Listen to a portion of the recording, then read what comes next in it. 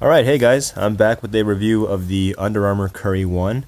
I'm going to do two videos, one focusing specifically on this shoe, and then another kind of doing a head-to-head comparison with this and the clutch fit drive, okay? Because they're kind of like this is like the sequel, I guess, right? It's the follow-up shoe. Anyways, so we'll just talk about this particular model in this video, the Curry 1. Obviously, it's Stephen Curry's first signature shoe. Retails for $120. It comes with its own Stephen Curry box. He got his own box for his shoe there. Nice box there. And it also comes with this this card, which has like some Curry 1 information, and also like a thank you note to his fans and friends and family and things like that. So that's a nice little touch there, in addition to the box and the shoe. So this is the All-Star colorway, the Dark Matters. This is the pair he wore for the All-Star game. What was it, like 3 weeks ago now? 2.5 weeks ago. They're called the Dark Matters. The theme behind this shoe is dark matter is, according to scientists, like it makes up about 80% of all the universe. We can't see it or we can't touch it though. We can't feel it, right? It's not visible. So I guess the comparison here is I've heard a couple of different things just on the internet. Like we can't see what drives Stephen Curry. We can't see everything that motivates him. Obviously, we see what he does in the court and how good he can be and what he's capable of, but we don't see everything that motivates him behind the scenes. So that's one comparison that I've read. And the other parallel is his game is untouchable. Like you can't see or predict what he's going to do. So that's why they call him the Dark Matters, because you can't see dark matter. The theme, that's cool and everything. I don't really care too much about that. I like how the shoe looks. So that's what matters to me. But these are called the Dark Matters, just for your information. So let's just talk about how they look, starting with the outsole. You have that full-length herringbone, right, with a couple of grooves, one vertical groove, and then a couple of grooves at the forefoot running horizontally, and that just helps with your transitions and lateral movements and things like that. That's kind of what the outsole looks like.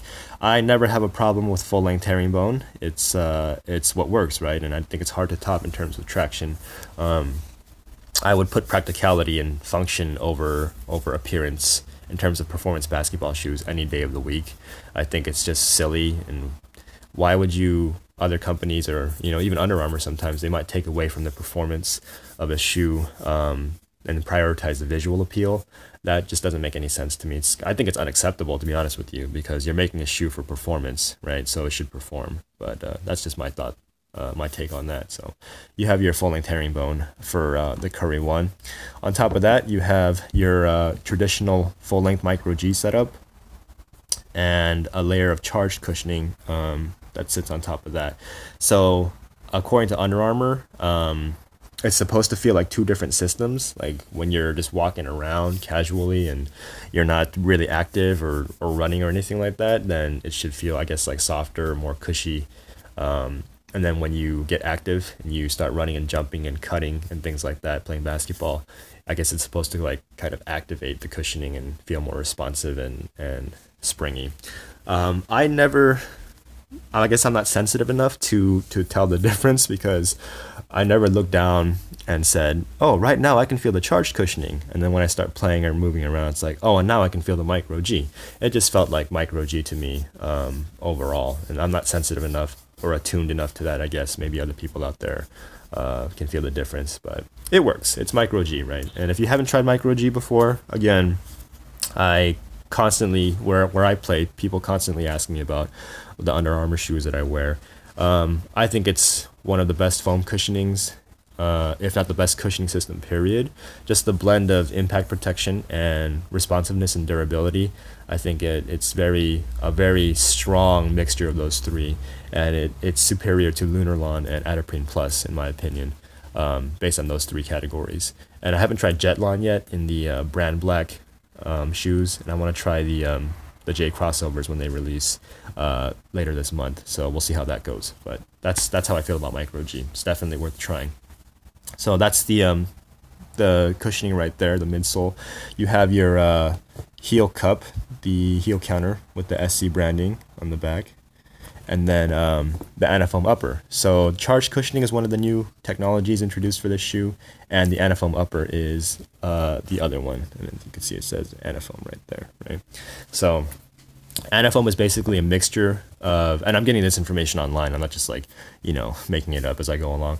It's a mixture of mesh and EVA foam, and that's kind of what it feels like. It starts off very stiff and it breaks in over time. It's definitely not flimsy, okay? It's pretty stiff and supportive, and that's what it is. It's foam and mesh together. And what they did was they looked at a pressure map of the foot, and they basically, you know, they like to use this term ana, right? Like the anatomic spawn and now the Anafoam.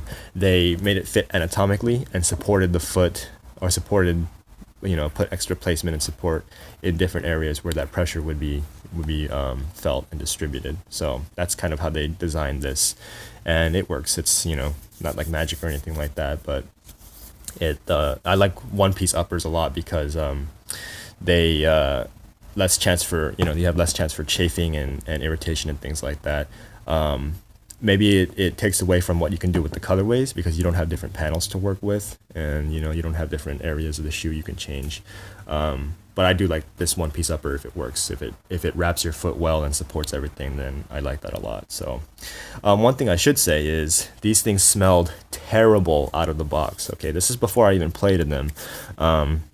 They had this really strong, like, noticeable chemical sour smell. Like, I don't know if it's the paint or some of the cleaning material or what, but they smelled awful. Like, I felt like if I kept breathing those fumes in, I would get sick. It smelled that bad. And I have another pair. I ordered 2 for sizing, and they both smelled like that. They smelled terrible. I don't know if it's just this colorway or maybe the Homes smell like that too, but yeah, they just smelled really, really bad. So don't be surprised by that. That kind of goes away when you wear them. Another thing is the upper feels, I don't know how to describe it, like greasy or grimy or oily. I don't know if that's just this colorway, because again, both pairs I got feel like that. When you rub your fingers, you don't feel anything, but when you rub the upper, it just, I don't know how to describe it. It just feels like oily and grimy and greasy. And again, when you rub your fingers though, it doesn't feel like anything. So I don't know how to describe that upper there, that feeling. So that's the Anafoam. You have a lot of perforations in the toe box there, as well as the medial side of the shoe, okay, and a bunch of dimples in the upper parts there, right? A bunch of dimples, and, you know, some people don't like that. I don't particularly care, but that kind of covers the Anafoam upper there. You do have a toe guard. This is, to me, sturdier than it looked upon first appearances. It, you know, initial reviews and shots of the shoe made it look very thin and like flimsy, but it's actually pretty sturdy, and it should give you some protection for a while at your toes there. So that's kind of a nice touch there.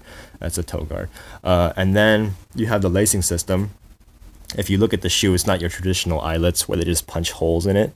The eyelets are actually part of the upper there with some stitching to reinforce that. Okay, so that's kind of nice, and it does a nice job of just, you know, when you tighten the laces, of wrapping your foot and keeping everything contained and nice and tight in there. So that's your lacing system there. Another interesting feature to me. And then you have on the inside, I'll try to, you know, show you guys the flashlight here. You have some heel pillows there. You can't see that from the outside, but those do a nice job of, you know, giving you some extra fit and support in your in the heel area. And I know it's not the first shoe to utilize that. I think a lot of Chris Paul's shoes did the same thing, and other shoes as well. So that's another nice touch there, very comfortable. In terms of the tongue, you have kind of a dual layer tongue. On the top there is this stronger mesh with the larger perforations, and then underneath that, it's kind of hard to see, but is a finer mesh. So it's a dual layer tongue there, and gives you another outlet for ventilation. Anafoam at the top with the SC branding, okay, in the rest of the tongue, and then on the inside you have the dark matter tag right there. So every shoe has different features in those areas, right? The lace tips have the year 1930. I don't know if you're going to be able to see here. It says 1988 and 1932 on the other one. 88 would be Stephen Curry's, you know, birth year, and then 1932 on the other shoe was the year the scientists first, theorized that dark matter existed. So that's kind of the storyline behind those years on the lace tips. So you get a lot of details, a lot of visual details for the shoe. And that's something that's kind of neat, I think. And I think a lot of sneakerheads would appreciate that kind of thing. So let's talk about the performance. That kind of covers the visual aspect of everything. Going into how it performs, right? That's the important part, right? First thing is sizing. I went down half a size from the clutch fit drive. I normally wear 10 in those, and the 9.5 in these felt closer to the 10 in the clutch fit drive than the 10 did in these. Does that make sense? So I went down half a size, and I was concerned about the sizing. They're going to be too tight, too snug. But just playing in them, in long sessions, sizing and fit were the last thing that were on my mind. So if you can try them on, try them on. I know most people are saying they run true to size and they run the same as the clutch fit drive. I kind of disagree with that. I went down a half size and I have absolutely no regrets with that. So if you can, try them on. That's how I feel about the sizing. The traction, I wish they had modified the outsole pattern slightly. It's flat herringbone. Adidas used to do this with a lot of their older shoes. I wish it was kind of sharper, like if they peaked at a sharp angle, these ridges, but it's not. I have to wipe my shoes where I play, no matter what shoe I'm wearing, and these are no exception. I have to wipe them frequently. Once you do wipe, the traction is very good. It's got you covered in all directions, but I do wish they had modified that because these pick up dust pretty quickly. So that's one thing to consider for the traction. And then moving on to the cushioning, right on top of that outsole there, you have the Micro G and the Charged, and I think they're, standard Micro G. They're responsive and bouncy and springy. I don't think the impact protection is quite as good as previous renditions of Micro G. Maybe they used smaller density or less volume, but it could be just in my head. Maybe I'm just playing in them too much. But that's my take on that. Is maybe the impact protection isn't quite as good as the clutch fit drive, which we'll talk about in the other video. But it's Micro G, right? It's good. It'll get you covered. It'll get you covered for long sessions or short sessions, and it's responsive, and I really like especially how it feels when you're going from defensive transitions to offense and just taking off running. That's one of the best parts of the shoe. So talking about court feel, it is pretty low to the ground. Not the lowest shoe I've ever felt, but it's you're connected, and it's a stable shoe overall as well. So moving how you want to move and feeling connected to the court, I think is one of the strengths of this shoe. Obviously, it's a guard shoe, so all you guards and forwards should have no problems with that. And then the transition is very smooth. I like how it feels just running straight out, releasing to the hoop or cutting, whether you're going backwards or forwards or playing defense. You just feel a really nice transition and balance in this shoe, no matter which way you're going. In terms of ventilation, if you guys care about that, I never typically do unless it's like a amazing, or amazingly bad, if that makes any sense. But you have the perforations that we talked about and the tongue as well, so you have a lot of outlets for the heat to escape. I personally never had problems with shoes unless, I don't know, like I guess it's more about the socks that I'm wearing or how long I'm playing, but yeah, ventilation is fine for these. So overall, it's just a really good shoe. I can't find anything wrong with it. So I was looking at this shoe and thinking to myself, what's wrong with this? What would I change? What would I do differently? And honestly, I couldn't think of anything. There's that outsole pattern, but I would have to wipe those no matter what they did. If they made it perfect, I'd still have to wipe them where I play. So again, just trying to find a fault with the shoe, I couldn't do it. And I think that's amazing because it costs $120 retail, okay? You're getting a lot of shoe for $120 when you get a shoe like this. And I think it speaks to the value of the shoe. If you're talking about signature shoes, right, you have the Curry.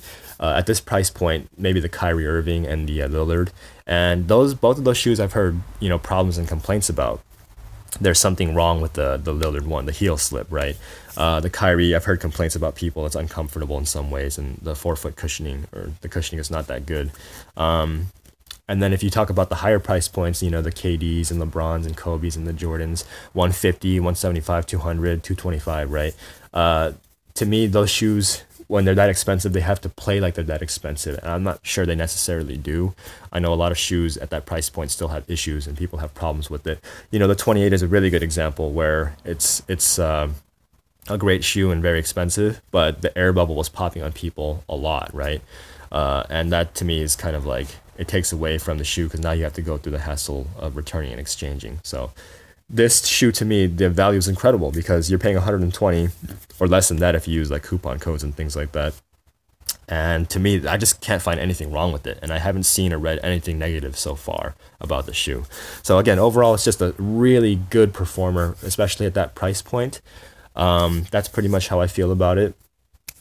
Soon I'm going to make a video comparing it with, again, the Clutch Fit Drive. I think some people are, they're very similar and different in some ways. And I think people are wondering, what's the differences and what shoe is better overall. So I'll do a head-to-head video after this one. Thank you guys very much for watching. Thank you for your time. I hope that kind of gave you some information and informed you a little bit. So any questions or comments, again, just leave them below, and I'll do my best to get back to you as soon as possible. Thank you guys very much. See you next time.